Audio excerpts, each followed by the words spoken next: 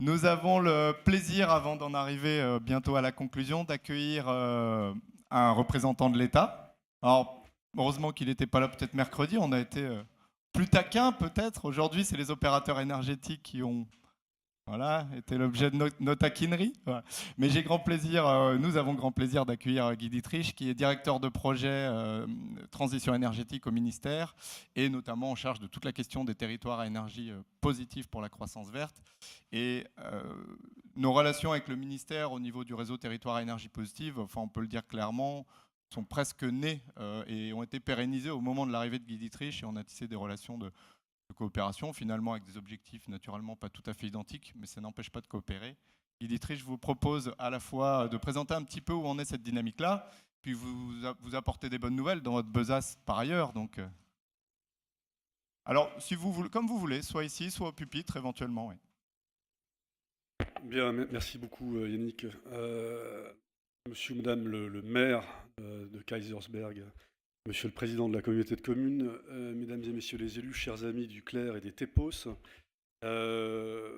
effectivement, avec le Clair, le ministère de l'Environnement et de l'Énergie d'une part, et l'ADEME aussi, représentant de l'ADEME ici, ont noué des relations de partenariat tout à fait fructueuses.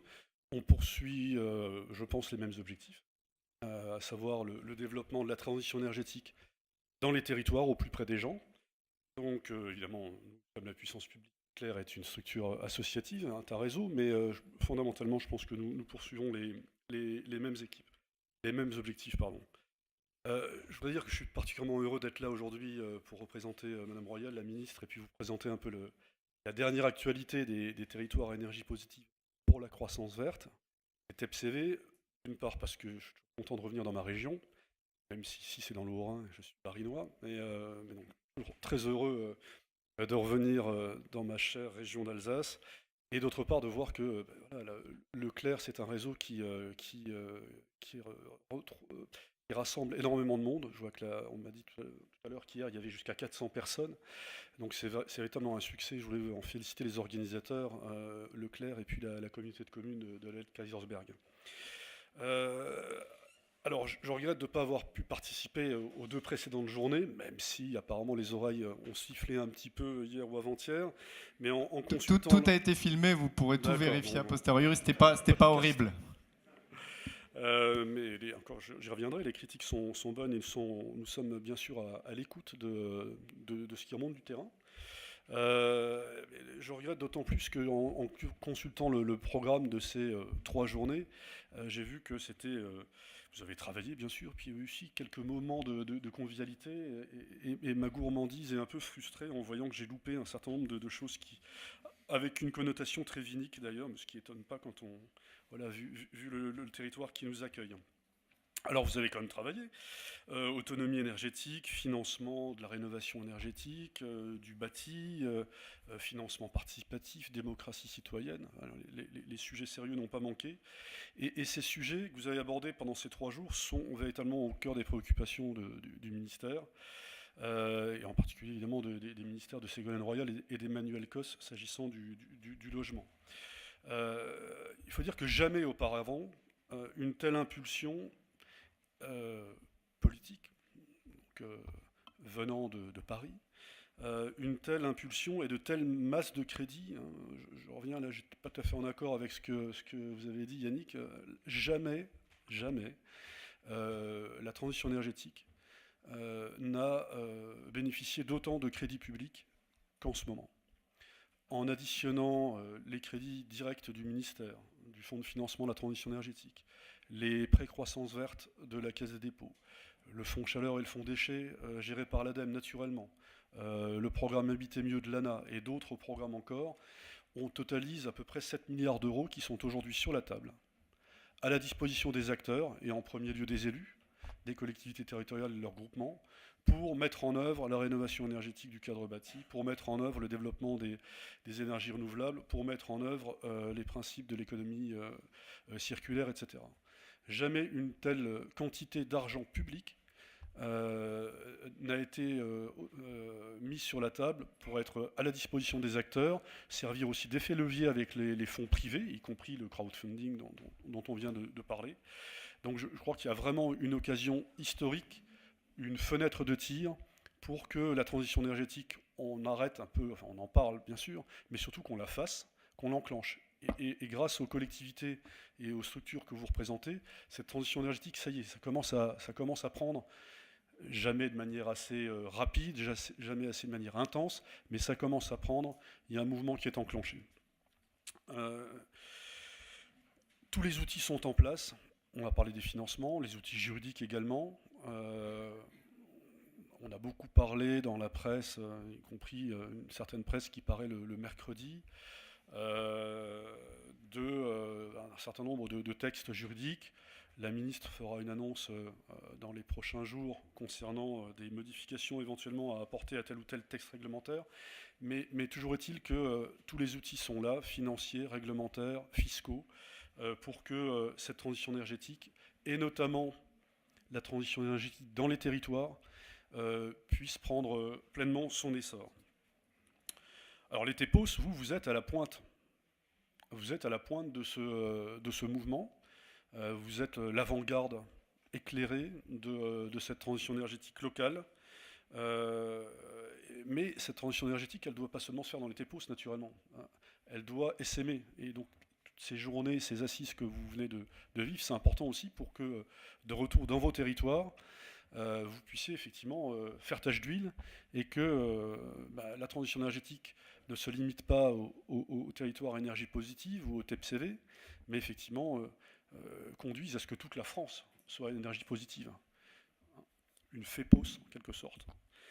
Donc vous montrez la voie, c'est exactement ce que Ségolène Royal a voulu faire en créant, notamment en s'appuyant naturellement sur votre expérience, vous avez été les pionniers, en créant donc les territoires à énergie positive pour la croissance verte, les TEPCV, dont effectivement, comme Yannick Régnier le signalait tout à l'heure, je m'occupe particulièrement au ministère, en vous indiquant que depuis maintenant quelques semaines, je conduis une équipe qui s'est un peu étoffée, de manière à être davantage encore, bien sûr en pilotage, mais surtout en appui, à la fois de nos équipes dans les directions régionales et départementales, DREAL et direction régionale de l'ADEME, mais également, bien sûr, en appui des territoires eux-mêmes que vous représentez.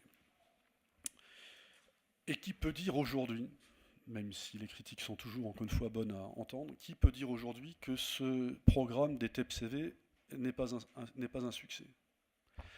Aujourd'hui, nous sommes à 355 territoires labellisés, conventionnés avec l'État. Demain, 400. Demain, c'est le 11 octobre, a priori. Je donne un petit scoop. La prochaine vague de signature de contrats devrait se faire à Paris le 11 octobre. Donc, on va passer le 11 octobre à environ 400. Et progressivement, on va atteindre sans doute, en début d'année prochaine, 500 territoires à énergie positive pour la croissance verte. Vous voulez dire qu'il est encore temps de tâcher de mobiliser les fonds ? Tout à fait. L'argent est disponible, que ce soit, comme on dit dans notre jargon de technocrate, en autorisation d'engagement ou en crédit de paiement. L'argent est disponible. Le président de la République a annoncé le 22 juillet au Palais de l'Élysée qu'une nouvelle tranche de 250 millions d'euros serait votée au budget de l'État de 2017. Donc vraiment, j'insiste sur ce point, les crédits sont disponibles. Donc un message que Yannick me suggère de vous passer, effectivement, c'est voilà, rapprochez-vous de votre DDT, de votre direction régionale de l'ADEME ou de l'ADREAL, peu importe le point d'entrée, rapprochez-vous des communautés régionales de travail pour présenter vos projets, que ce soit pour une nouvelle labellisation ou pour avoir des subventions complémentaires à la première tranche de 500 000 € qui est attribuée à chaque nouveau territoire à énergie positive. Donc bientôt 500 territoires à énergie positive pour la croissance verte. D'ores et déjà 245 millions d'euros ont été attribués aux 355 premiers territoires. 245 millions d'euros. À partir du 11 octobre, on sera au-delà de 300 millions d'euros attribués.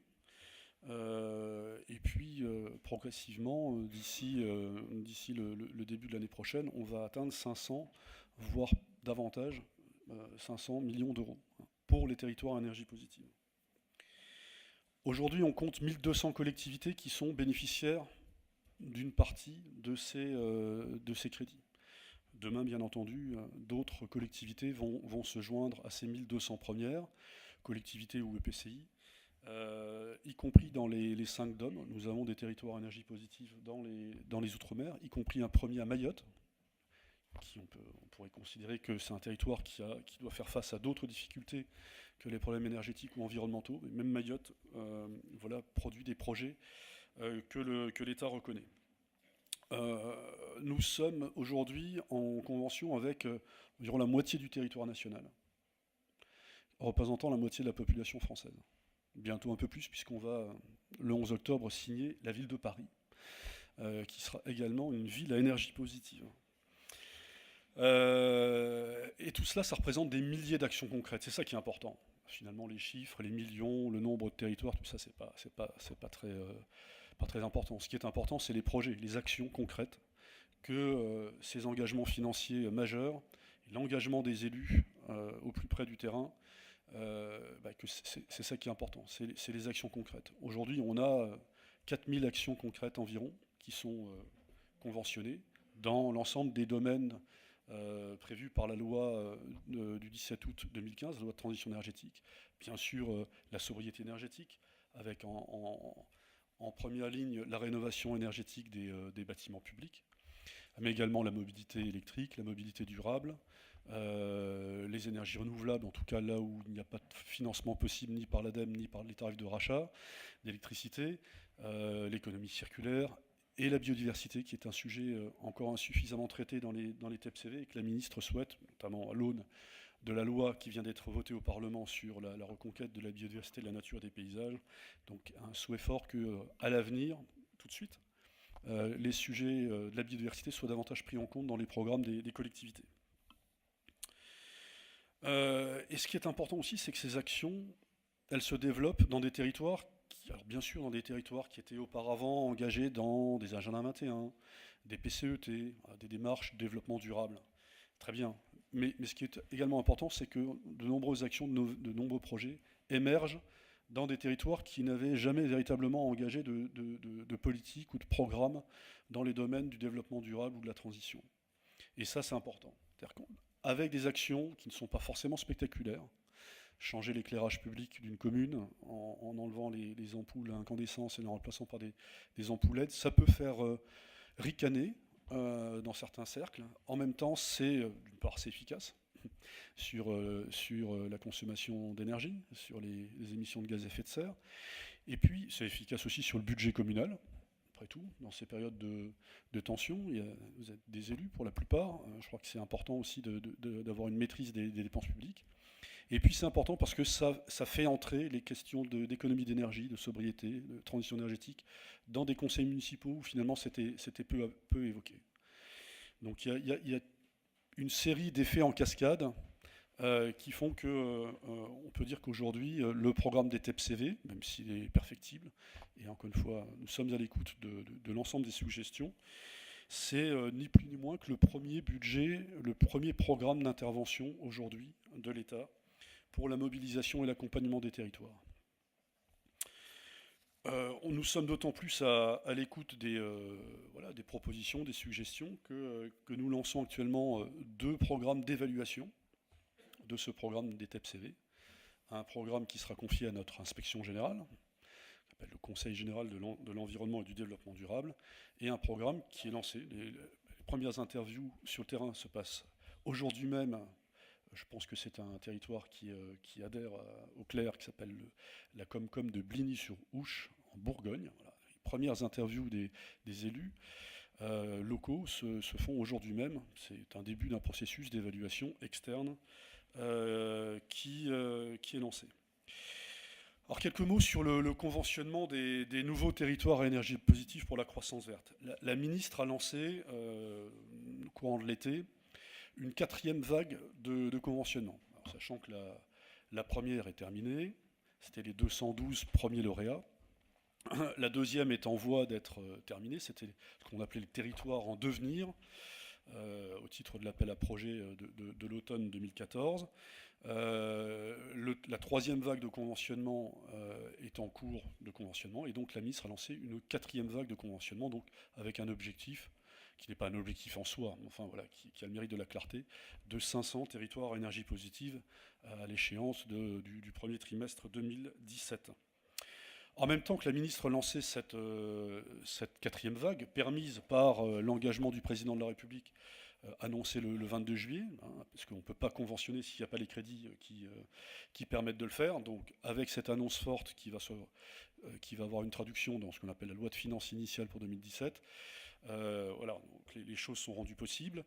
Parallèlement, la ministre a demandé d'être plus exigeant demain qu'hier sur la qualité des projets.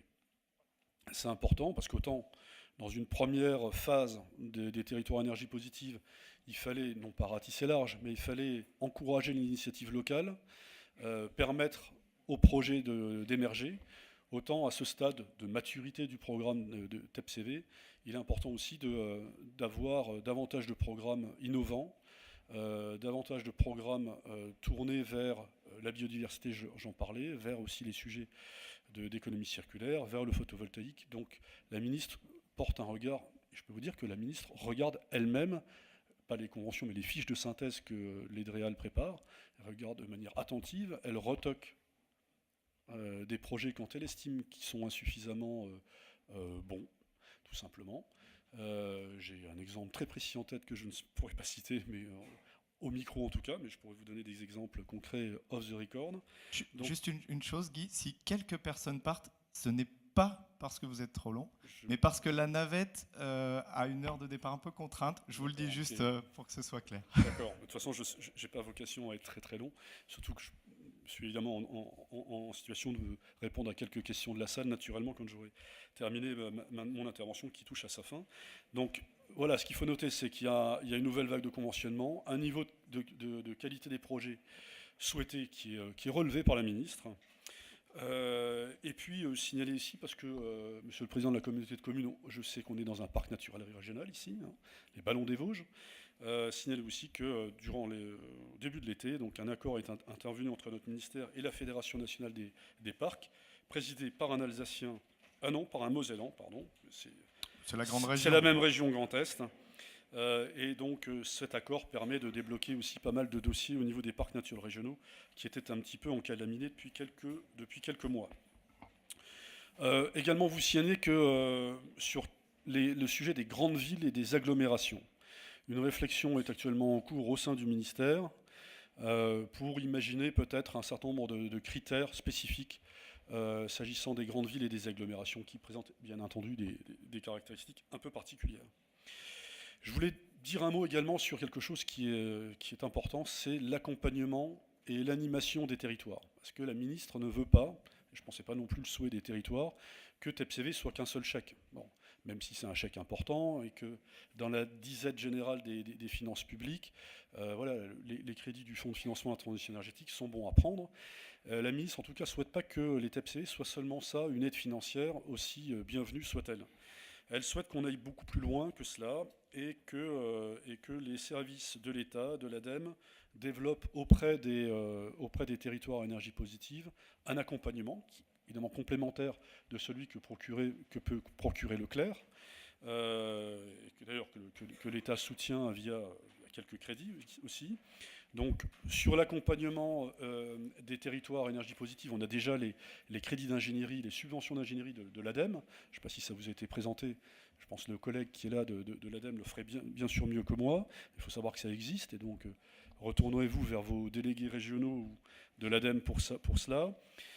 Mais au-delà de cela, une réflexion se lance actuellement au sein du ministère sur la structuration d'une offre de conseil public auprès des territoires, d'offres, donc d'une certaine forme d'ingénierie. Alors on ne va pas revenir à l'ingénierie telle que le faisaient les DDE il y a 20 ans, mais dans le cadre de ce qu'on appelle le nouveau conseil au territoire, on va essayer de structurer, en partenariat avec l'ADEME et ce qu'on appelle le CEREMA, qui est le centre d'expertise technique du ministère de l'Environnement, on va essayer de structurer une forme de conseil auprès des territoires sur les sujets de transition énergétique.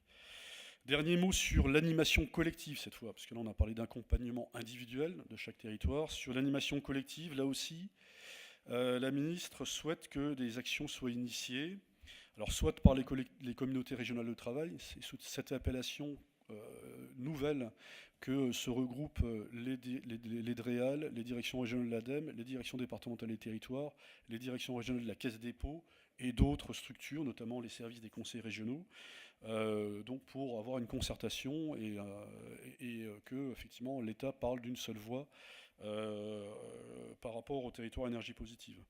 Donc que ce soit des actions menées, initiées par les services de l'État, on va dire, ou par les territoires eux-mêmes, la ministre souhaite que lui soient remontées des propositions. Elle a demandé à ce qu'une enveloppe de crédit soit mise en place, ce qui est fait. Et donc voilà, c'est un message que je vous passe. Si vous avez des idées d'animation, parlez-en à vos services de l'État locaux et un accompagnement par le ministère sera possible. Je signale aussi qu'un site internet des TEPCV va ouvrir d'ici. Alors il est ouvert. Il est déjà sur la toile, mais il n'y a rien dedans. Donc on est en train évidemment de créer les rubriques. Donc un site internet TEPCV, un site ministériel, ouvrira sous dizaines. Et donc on a évidemment un site en accès bien sûr libre. Pour conclure, avant de répondre à telle ou telle question que vous voudriez me poser, continuez d'éclairer le chemin. On a besoin des pionniers, on a besoin de ceux qui ont rejoint les pionniers. Pardon. Pour montrer la voie, montrer le chemin, défricher les nouveaux sujets, partager des expériences, vulgariser, comme c'était fait pendant ces 3 jours par des acteurs de terrain, vulgariser des expériences réussies et même des expériences un peu moins réussies, de manière à éviter les échecs, continuer d'innover. La transition énergétique, c'est aussi un formidable levier de modernisation de notre pays, au-delà de la sobriété énergétique et du développement des ENR, c'est un outil de modernisation. La transition énergétique, ça va aussi avec la transition numérique. On entre aujourd'hui dans une phase de profond bouleversement sous l'impérieuse nécessité de préserver le climat, puisque finalement, n'oublions pas la finalité de tout ça. La finalité de la transition énergétique n'est pas une fin en soi. La fin en soi, c'est la préservation du climat, d'un climat qui permettent la continuation de la vie sur Terre telle qu'on la connaît depuis quelques centaines d'années. Donc c'est bien ça la finalité. Et donc la transition énergétique et écologique, la transition numérique sont de formidables vecteurs de modernisation de nos pratiques, la démocratie énergétique, le crowdfunding, de nos pratiques, de notre manière de voir la relation entre l'homme et le vivant. La manière de produire, la manière de consommer bien sûr. Donc soyez innovants, soyez force de proposition. Et le ministère que je représente sera toujours ici pour vous accompagner, pour accompagner les territoires dans cet effort-là. Je vous remercie. Et donc si vous avez quelques questions à me poser, c'est bien volontiers que j'essaierai d'y répondre. Merci beaucoup. Merci beaucoup.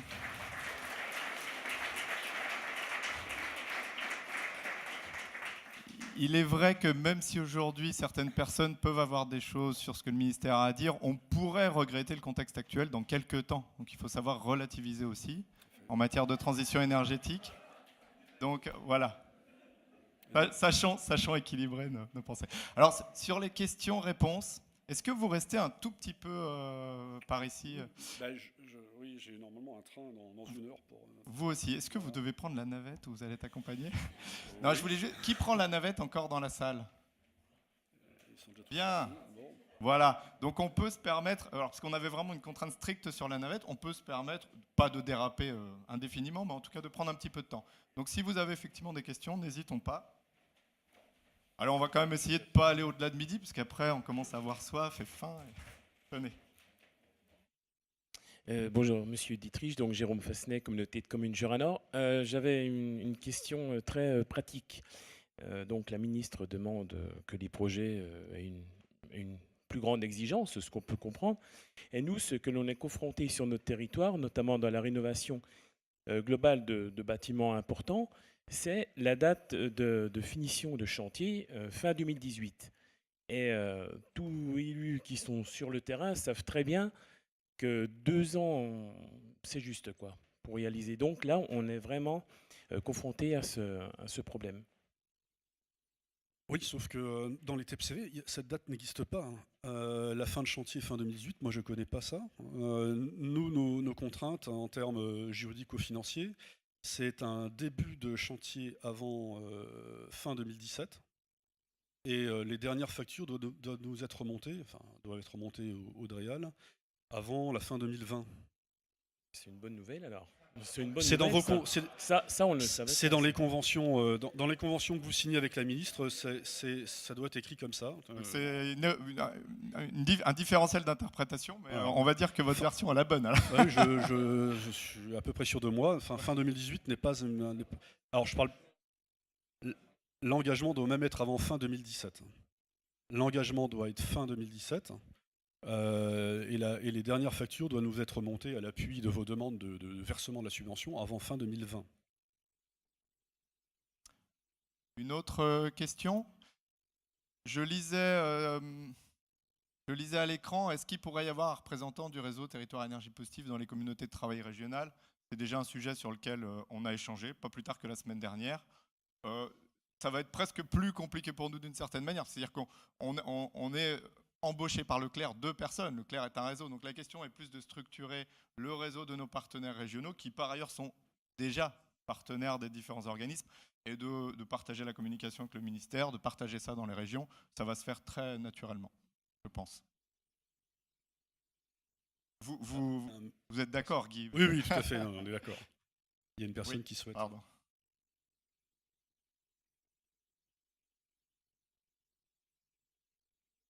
Bonjour monsieur, Georges Audras, Énergie partagée en Alsace. J'avais une question sur les critères que vous dites plus exigeants pour la prochaine période, parce qu'en fait on ne comprend pas forcément justement, d'ailleurs il y a eu beaucoup de flou autour de ces critères, première période. Et nous notamment on s'est vu refuser un projet qui nous paraissait emblématique et intéressant au niveau de la communication, qui était une centrale photovoltaïque flottante de 100 kW sur un étang potentiellement pollué à Illkirch-Grafenstaden, que vous devez connaître. Et c'était accepté par l'Eurométropole dans son budget TEPCV. Ça a été refusé par le ministère. Alors on doit dire que les bras nous en sont un peu tombés. Et la raison était qu'on aurait pu profiter du tarif T5 qui était en fait tellement bas qu'on n'en voulait pas et qui n'existe plus depuis, 2 semaines après le refus. Et donc je dois dire qu'on l'a assez mal pris, d'autant qu'on aurait bien aimé faire monter la centrale par la population, parce que c'est une centrale flottante, ça pouvait être vraiment intéressant.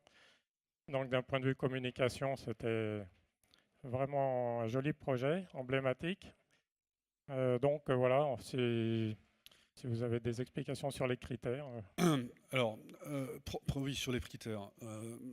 La ministre se refuse à entrer dans le jeu de fabriquer des décrets, des arrêtés et des circulaires de 100 pages pour cadrer ou encadrer le programme des territoires à énergie positive. Alors, je ne sais pas, quelqu'un me fait des grands signes, je ne sais pas si c'est à moi. Non, c'est pour la prochaine question. D'accord. Donc voilà, il n'y aura pas, il n'y a pas, et il n'y aura pas, enfin il y a une circulaire, on appelle ça instruction du gouvernement maintenant, de mai 2015, qui donne quelques indications, mais c'est une circulaire qui fait 2 pages.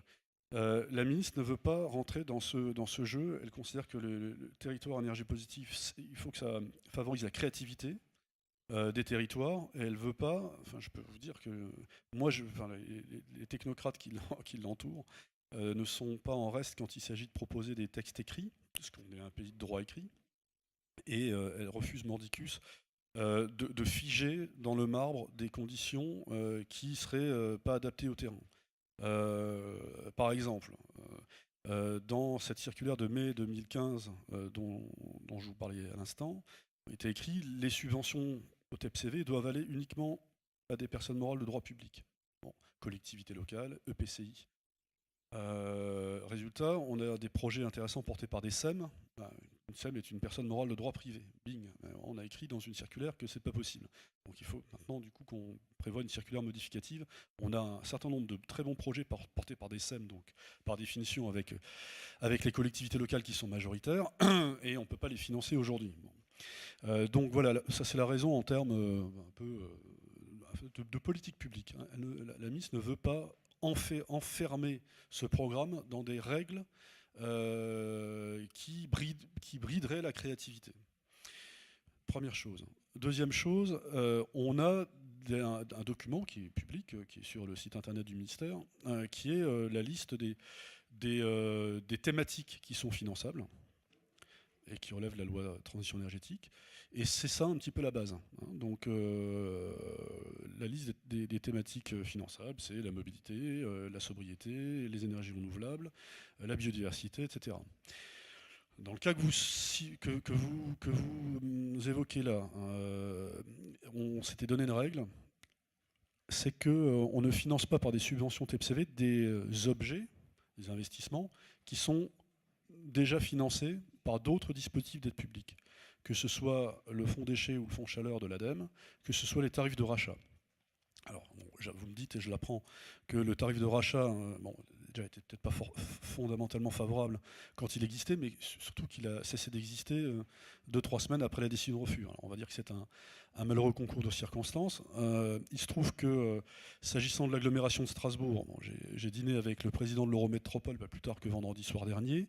On a mis au point la rallonge pour d'1,5 million d'euros pour l'Eurométropole de Strasbourg, qui sera signée donc le 11 octobre. Voilà, ce qui épuise le sujet, on va dire, financièrement. C'est-à-dire que l'Eurométropole aura eu ces 2 millions. Mais voilà, dans la mesure où votre projet n'est plus éligible à des tarifs de rachat, il aurait pu prendre sa place dans l'avenant qui a été préparé par les services et les élus de l'Eurométropole. Merci. Alors bon, mon voisin avait une question, mais en fait, vous y avez répondu en creux. Ceux qui ont déjà bénéficié d'une aide à hauteur de 2 millions d'euros, c'est fait. C'est ça, il n'y aura pas d'aide au-delà des 2 millions. C'est pour ceux qui auraient touché qu'une partie de l'enveloppe qui peuvent compléter. Alors, vous me faites des malheurs là, à faire traverser la salle. Oui, bonjour, Sébastien Hérault, je travaille à l'ASDER, un espace info-énergie de la Savoie. Et je voulais revenir sur ce que vous disiez sur l'accompagnement dans la durée des territoires. Je pense qu'aujourd'hui, on a la chance, on l'a vu dans les témoignages, d'avoir des élus très impliqués, très moteurs dans ces dynamiques. Je pense que c'est un enjeu fort de les accompagner, de continuer à tirer la dynamique et de ne pas les brider. Mais je pense qu'il y a aussi un enjeu important, et vous l'avez évoqué, qui est de faire en sorte que d'autres territoires puissent les rejoindre. Et ce qu'on constate aujourd'hui, nous, sur les territoires, c'est que beaucoup d'élus sont impliqués, qui étaient impliqués sont partis dans ces dynamiques déjà, avec cette manne financière en tout cas comme motivation principale, mais aussi avec une volonté affirmée, et certains élus dans la salle aussi connaissent bien cette volonté, et que d'autres élus aujourd'hui sont dans d'autres territoires un petit peu en deçà de ça, et qu'ils ont véritablement besoin d'un accompagnement pour être convaincus, suivre les exemples, se les approprier, avoir des démarches territorialement bien ancrées. Et clairement, sur l'accompagnement des territoires, on est aujourd'hui très inquiet, nous en tout cas en Rhône-Alpes, sur la façon dont ça pourrait être pérennisé. Alors, je ne parle pas forcément pour notre structure, mais je pense que nos territoires, et on vient avec une délégation de Rhône-Alpes assez importante, sont aujourd'hui inquiets en fait, sur la façon dont ça pourra se pérenniser. Je veux avoir votre point de vue sur la manière dont ça pourrait se faire. On partage tous le constat du besoin fort dans des domaines qui ont une certaine technicité, d'avoir effectivement un accompagnement des collectivités locales, notamment des collectivités de petite taille qui n'ont pas forcément les moyens de s'équiper d'ingénieurs et de techniciens rémunérés à plein temps en leur sein. D'où d'ailleurs le rôle éminemment important des structures de mutualisation. J'ai évoqué tout à l'heure les parcs naturels régionaux, mais c'est le cas aussi des agences techniques départementales ou de tout autre type de structures qui permettent effectivement de mutualiser des dépenses et de mutualiser donc des expertises et de l'ingénierie. Donc ça, c'est évidemment très important. Au-delà de ça, donc, je redis, il existe aujourd'hui un dispositif de financement par l'ADEME de l'ingénierie des territoires. Donc, il faut y faire appel. Après, évidemment, ça suppose que localement, l'ingénierie privée soit présente. Parce que on a beau être une collectivité, obtenir une subvention de l'ADEME pour rechercher de l'ingénierie privée, s'il n'y a pas de bureau d'études dans la zone de chalandise pour répondre à la commande publique, on n'est guère plus avancé. D'où, comme je le disais dans mon introduction, la réflexion qui est la nôtre en ce moment pour effectivement que l'État puisse, là où il n'y a pas d'ingénierie privée, notamment, apporter un minimum d'appui technique aux élus via ce qu'on appelle donc dans notre jargon le nouveau conseiller au territoire, qui est une forme d'accompagnement gratuite par les services de l'État auprès des collectivités. Peut-être un mot, c'est vrai qu'en Rhône-Alpes, il y a un contexte historique particulier. Des structures comme l'ASDER, c'est 20-25 personnes dédiées aux questions de transition énergétique, quasiment intégralement. Ça fait des masses incroyables. Un des problèmes actuels majeurs, c'est plutôt les aides anciennement de la région. Vous n'y pouvez pas grand-chose au niveau de l'État. Mais effectivement, je ne vais pas commenter le contexte politique en Rhône-Alpes, bien sûr. Et la question, voilà, c'est est-ce que en parallèle, les aides aujourd'hui existantes dans l'État seront prolongées? Vous ne pouvez pas en dire grand-chose non plus, mais ça donne un aperçu, enfin en tout cas aujourd'hui, avant les prochaines élections. Et la question, voilà, ça donne un aperçu de la situation qui est plutôt favorable aujourd'hui, mais la question de la pérennité, elle est très claire. Une dernière intervention, et puis on va conclure cette table ronde. Merci. Oui, cette table ronde a une personne. Mais bonjour, Laurent Petit, donc président d'une communauté de communes du Haut-Jura. Moi, je voulais revenir un petit peu sur les critères. Et j'ai bien compris que rien n'était arrêté définitivement. Mais dans la philosophie, c'est vrai qu'on a, dans la catégorie TEPCV, on a le territoire à énergie positive, donc qui nécessite, par exemple, pour le photovoltaïque, l'éolien et autres, des équipements. Et puis on a la croissance verte, où là, ce sont souvent des dossiers qui sont plus basés sur des travaux. Et je prendrai enfin, vous avez cité un exemple, l'éclairage public, où c'est extraordinaire de changer toutes les lampes LED, mais souvent, c'est de l'équipement qui est acheté rarement en France, mais voilà, qui accuse le déficit de notre balance commerciale. Or, je prendrai un autre exemple de croissance verte, la réalisation d'une voie verte, où c'est vrai que ce sont des heures de pelleteuse, c'est du gravier, c'est des cailloux, c'est de l'enrobé, et ça, en général, ça ne plaît pas beaucoup comme projet, je dirais, au DDT ou autres, en disant, bon, non, on va pas financer de la voirie. Voilà, en général, comment c'est perçu. Donc voilà, je voulais vous alerter, et c'est dommage parce que là, ça, c'est du travail qui est fait en circuit court, qui n'est pas délocalisable, et qui font bien vivre nos territoires. Voilà, c'était un retour. Merci pour ce témoignage, parce que alors, vous m'apprenez quelque chose, c'est que, en tout cas dans votre secteur, les services de l'État seraient réticents à ce type d'investissement. Je n'ai pas les chiffres évidemment sur moi, mais je pourrais les passer au clair, du nombre de kilomètres de pistes cyclables que nous avons d'ores et déjà financées via les subventions TEPCV. Il n'y a aucun oukase ministériel contre les voies vertes. Au contraire. Donc voilà, si tel ou tel agent de l'État fait un peu de zèle, il faut nous le signaler, on lui rappellera très gentiment et cordialement qu'il n'y a absolument aucun frein à mettre à des projets de voies vertes. Juste, bien sûr, les LED sont fabriqués, il n'y a pas d'usine de LED en France. Molsheim près de Molsheim, qui est mon bassin familial, avait toujours une usine qui s'appelle Osram. Ils vont commencer, je crois, à en fabriquer en 2017 ou 2018. Bon, donc aujourd'hui, toutes les LED vendues en France viennent d'Ukraine ou de Chine. Une grande usine en Ukraine et puis surtout en Chine. Bon, alors la question c'est, faut-il retarder de plusieurs années le changement de l'éclairage public, ou privé d'ailleurs, au motif qu'on n'a pas d'usine française de LED? Je pense que non, il faut y aller, quoi. Voilà. De toute façon, tant qu'on ne crée pas la demande d'un côté, l'offre nationale va avoir du mal à émerger, c'est certain. Encore une dernière question. Alors, oui, alors rapidement, parce qu'après, faudra quand même qu'on... pardon.